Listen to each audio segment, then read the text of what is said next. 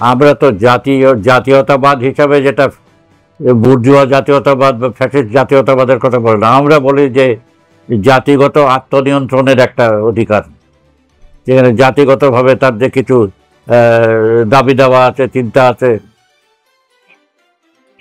সেইটাকে স্বীকার করতে হবে পার্থক্যকে। শেখ মুজিব যেমন বলেছিল যে কোনো আলাদা কিছুই পার্বত্য চট্টগ্রামের জন্য করা যাবে না, কারণ তাদেরকে সব বাঙালি হয়ে যেতে হবে। এইটা শেখ মুজিবুর রহমানটা মূর্খ ছিল একটা, যাই হোক, এবং ফ্যাসিস্ট ছিল। কাজেই তার মূর্খতা এবং ফ্যাসিজমের কারণে তার পক্ষে সম্ভব ছিল কে বলা যে বাঙালি হয়ে যাও, এখানে বাঙালি ছাড়া আর কিছুই নাই। এখন এইটা তো একটা যাকে বলে শাসক শ্রেণীর চরম ফ্যাসিস্ট অবস্থান। তো ব্যাপার হচ্ছে যে বিভিন্ন জাতিসত্তা যাকে বলে, তাদের জাতিসত্তার নিজস্ব কিছু ব্যাপার থাকে, স্বকীয়তা থাকে, সেগুলোর বিকাশ ভাষাগত থাকে, অন্যভাবে থাকে, সেগুলোর বিকাশ দরকার একটা গণতান্ত্রিক সমাজে।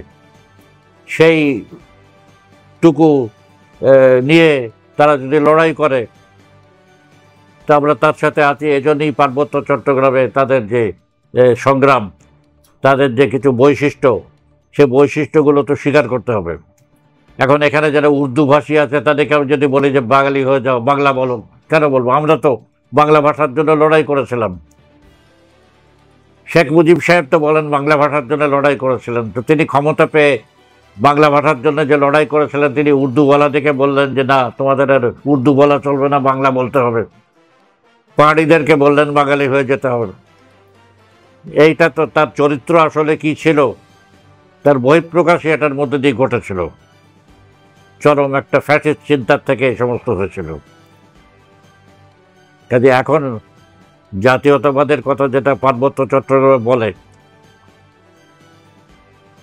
তারা যেভাবে বলে তার পুরোটা আমরা স্বীকার করি না। তারা এমনভাবে বলে যেন হচ্ছে তারা একটা সম্পূর্ণ অন্য বাংলাদেশের জনগণ থেকে সম্পূর্ণ আলাদা।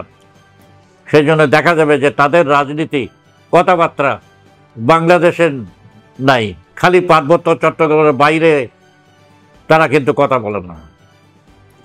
কিন্তু আসলে একটা যে বিভিন্ন মাইনরিটি, তাদের তো এই দেশকে বাদ দিয়ে চিন্তা করা ঠিক না।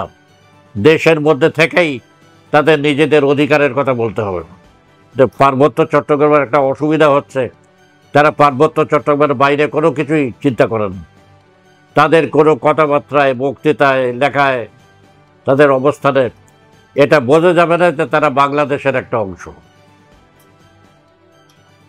এজন্যই একটা ধারণা আছে সরকারি মহলে এবং অন্য মহলেও যে তারা আলাদা হয়ে যেতে চায়, বিচ্ছিন্ন হয়ে যেতে চায়।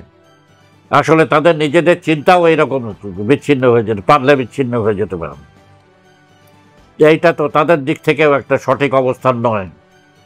সঠিক অবস্থান হচ্ছে বাংলাদেশের নাগরিক হিসাবে তাদের যে কতগুলো বৈশিষ্ট্য আছে, সেই বৈশিষ্ট্যগুলোর জন্য তাদের দাঁড়াতে হবে, দাঁড়ায়। কিন্তু বাংলাদেশ থেকে বিচ্ছিন্ন হয়ে যে চিন্তা, সেটা ঠিক না। কিন্তু এই চিন্তাটাই পার্বত্য চট্টগ্রামের সব দলগুলোর মধ্যে আছে, ইউপিডিএফ থেকে আরম্ভ করে সবারই মধ্যে আছে, আমরা দেখেছি। এটা ঠিক না।